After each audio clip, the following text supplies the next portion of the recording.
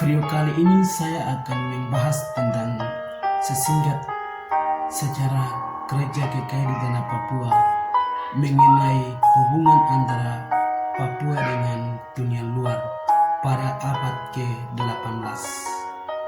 Mengapa katakan hubungan antara Papua dengan dunia luar?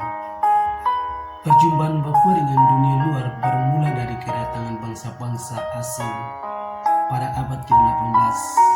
Sewaktu meluasnya ekspansi, yaitu usaha orang barat Eropa keluar ke seluruh dunia dalam rangka memperluas kuasa dan pengaruh mereka di bidang politik, ekonomi, maupun yang bersifat misionaris untuk memberitakan pekabaran Injil di seluruh dunia.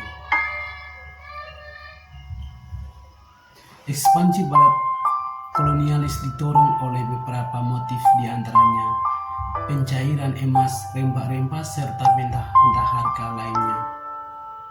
Motif lain yang tak kalah pentingnya meski agak terselubung adalah alasan untuk mencari jiwa, yaitu untuk memperkenalkan kekristenan pada daerah yang belum menyebarkan Injil Kerajaan Allah. Perjumpaan Papua dengan bangsa-bangsa asing atau dunia luar terjalin melalui ekspansi tersebut, terutama orang-orang Eropa beragama Katolik maupun Kristen Protestan, yaitu yang pertama Spanyol, Portugal, Belanda, Jerman maupun Inggris. Dengan latar belakang perubahan dan perkembangan dunia pada abad sebelumnya itu, maka dapatlah kita telusuri maksud kedatangan bangsa-bangsa asing dan sejarah pekabaran Injil di daerah Papua melalui lembaga-lembaga senting Protestan yang kita kenal. Pencetus senting Kristen Protestan adalah dua tokoh, yang pertama Kosner dan yang kedua Haldry. Ada salah satu pandangan daripada dunia luar bahwa Pulau Papua terbesar letaknya di luar lalu lintas. Mengapa dan kenapa sehingga pandangan dari dunia luar mengenai Pulau Papua? Kita akan mendengarkan bersama-sama. Papua, pulau terbesar letaknya di luar lalu lintas dunia, dikenal orang negeri Pulau Cendrawasih adalah jin dan bunga anggrek, memiliki kultur dan sumber daya alam yang kaya, sehingga usaha-usaha mencapai Papua oleh pelaut-pelaut Eropa. Yang pertama Portugis, yang kedua Spanyol, yang ketiga Magellan.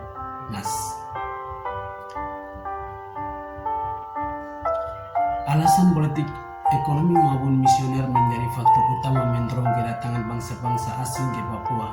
Itulah sebabnya sesudah kedatangan pasukan-pasukan Inggris, Belanda kemudian berusaha menguasai Papua untuk maksud kepentingan monopoli dagang, di samping alasan lain untuk membatasi usaha Inggris mencaplok wilayah tersebut.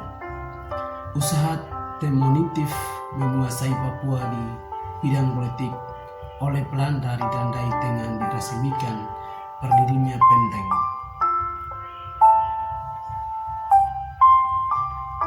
Pada tahun 1849 sampai dengan 1850, pemerintah Belanda mematok seluruh wilayah Papua Barat, atau pada waktu itu disebut Dana Neopunia, dari utara sampai dengan selatan sebagai wilayah kekuasaannya, dan yang kemudian pada tahun 1875 secara resmi dicatat sebagai wilayah jajahan Belanda. Klaim Belanda atas Papua akhirnya tidak memberi kesempatan kepada negara-negara lain seperti Jerman, Inggris tidak lagi menguasai daerah Papua.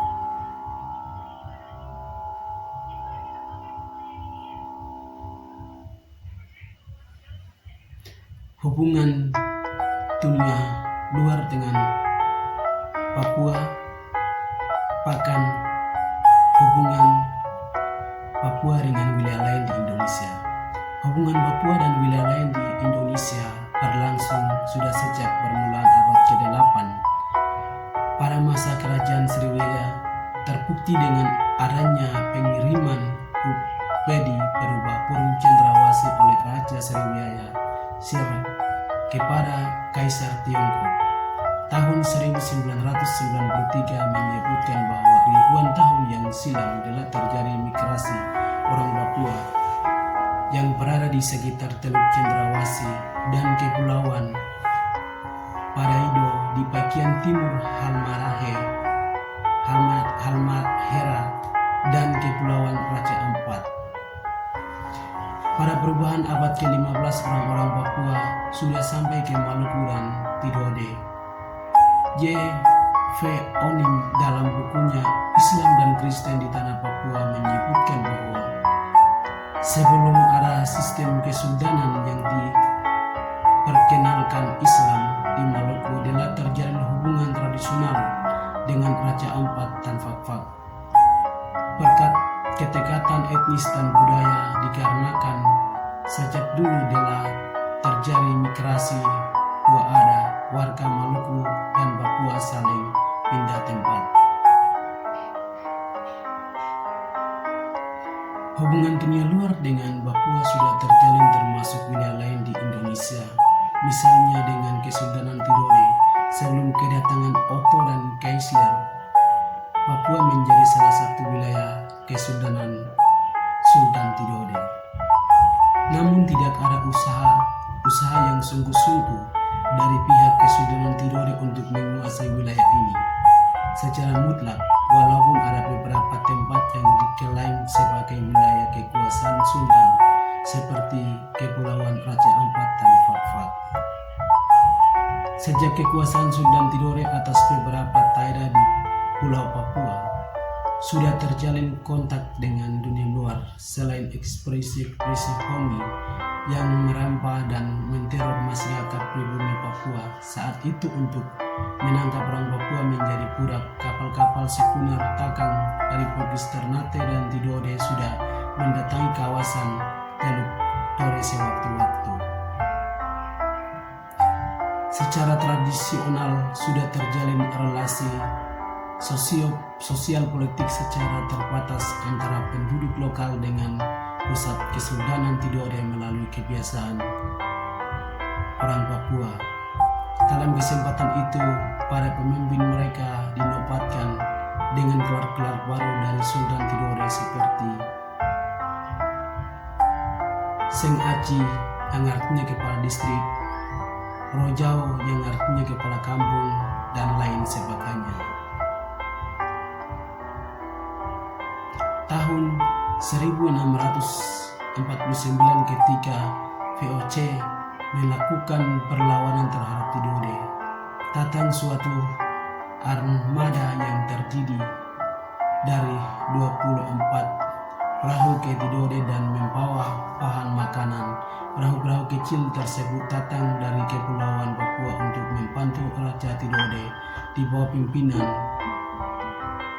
Kurapesi, seorang tokoh legendaris dari sejarah orang Papua. Atas dasar baik itu, Sultan Jamaluddin mengikat persahabatan dengan Kurapesi dan pasukannya, kebanyakan dari orang Papua. Beberapa daerah pandai di Pulau Papua sudah lama mempunyai kontak dengan saudara-saudara budak dan pelaut-pelaut lainnya dari Kepulauan Melayu sebelum kedatangan orang-orang Eropa. Melalui kontak tersebut, penduduk di Kepulauan Raja Ampat, Kepala Purung, dan bagian Teluk Cendrawasih mulai mempergunakan alat-alat dari logam. Aktivitas mereka menyebabkan perkembangan agama Islam tidak hanya terjadi di Kepulauan Raja Ampat dan Sorong, tetapi juga di Fak-Fak sekitar Teluk Onim. Perubahan mendasarkan dan meluas terjadi pada abad ke-20 melalui interaksi dengan masyarakat Eropa dan Asia yang berpendapatan tinggi, serang informasi tentang penyebaran agama Kristen di wilayah ini mula-mula diusahakan oleh misionaris Katolik terutama di daerah Kepulauan Raja Ampat. Namun usaha-usaha tersebut kemudian tidak berhasil.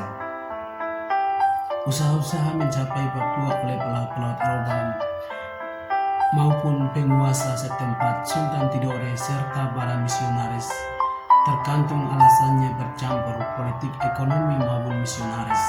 Dengan demikian dapat dikatakan bahwa jauh sebelumnya kedatangan Otto dan Kaisler, Papua sebenarnya sudah disentuh oleh dunia luar.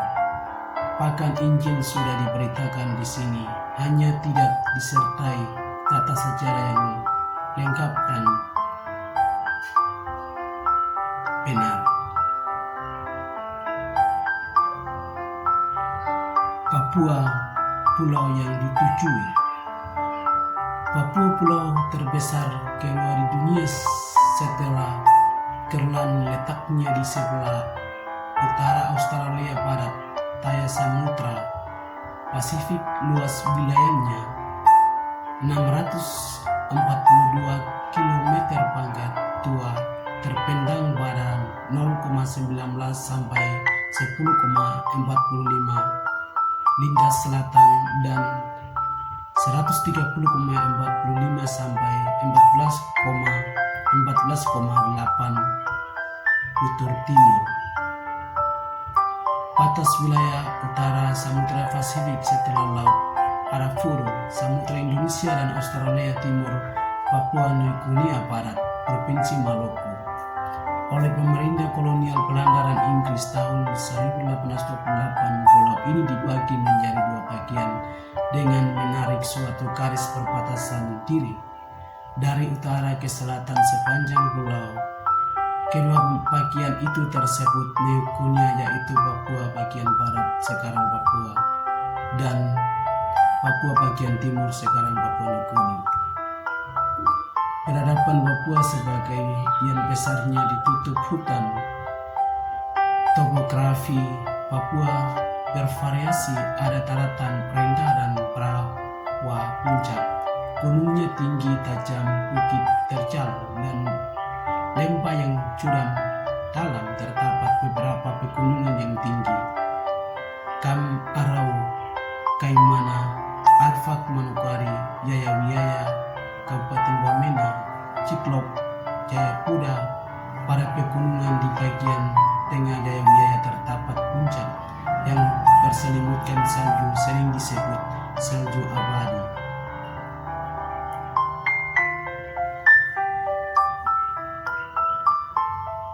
Papua punya cagar alam yang terkenal, yaitu Taman Lawrence, salah satu taman nasional Indonesia. Luasnya 2,4 juta hasrat.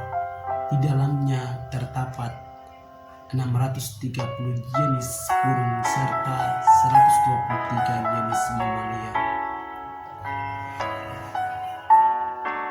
Papua terkenal dengan kekayaan alamnya, emas, cair, minyak, dana, nikel, timah, uranium, besi, tembaga, gas, bumi cendrawasih, dan sebagainya.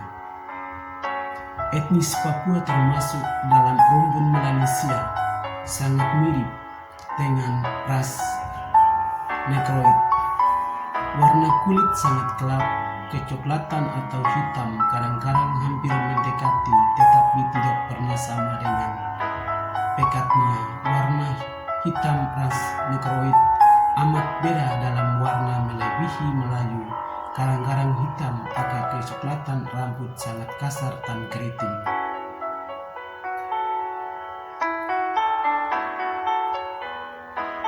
Di samping tipe Negroid, di daerah pegunungan tengah ditemukan tipe-tipe yang sangat mirip dengan orang Australoid, sehingga ada dugaan bahwa penduduk Papua memiliki kesamaan dengan penduduk asli Australia. Hal ini didasarkan atas penilaian tentang kesamaan yang dimiliki secara fisik.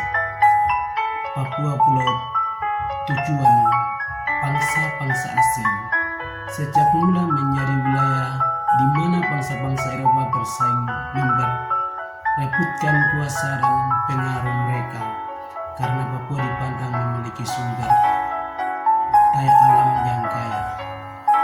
dilatar belakangi berbagai faktor yang kompleks, alasan politik, ekonomi maupun misionaris mendorong kedatangan bangsa-bangsa asing ke Papua. Tahun 1850 pemerintah Hindia Belanda dengan kapal perang Kirche melakukan suatu ekspedisi ke Papua. Ekspedisi tersebut dalam rangka menetapkan batas-batas wilayah teritorial. Pada kesempatan itu diarahkan pula menyelidiki mengenai keadaan penduduk dan negeri Pulau Papua.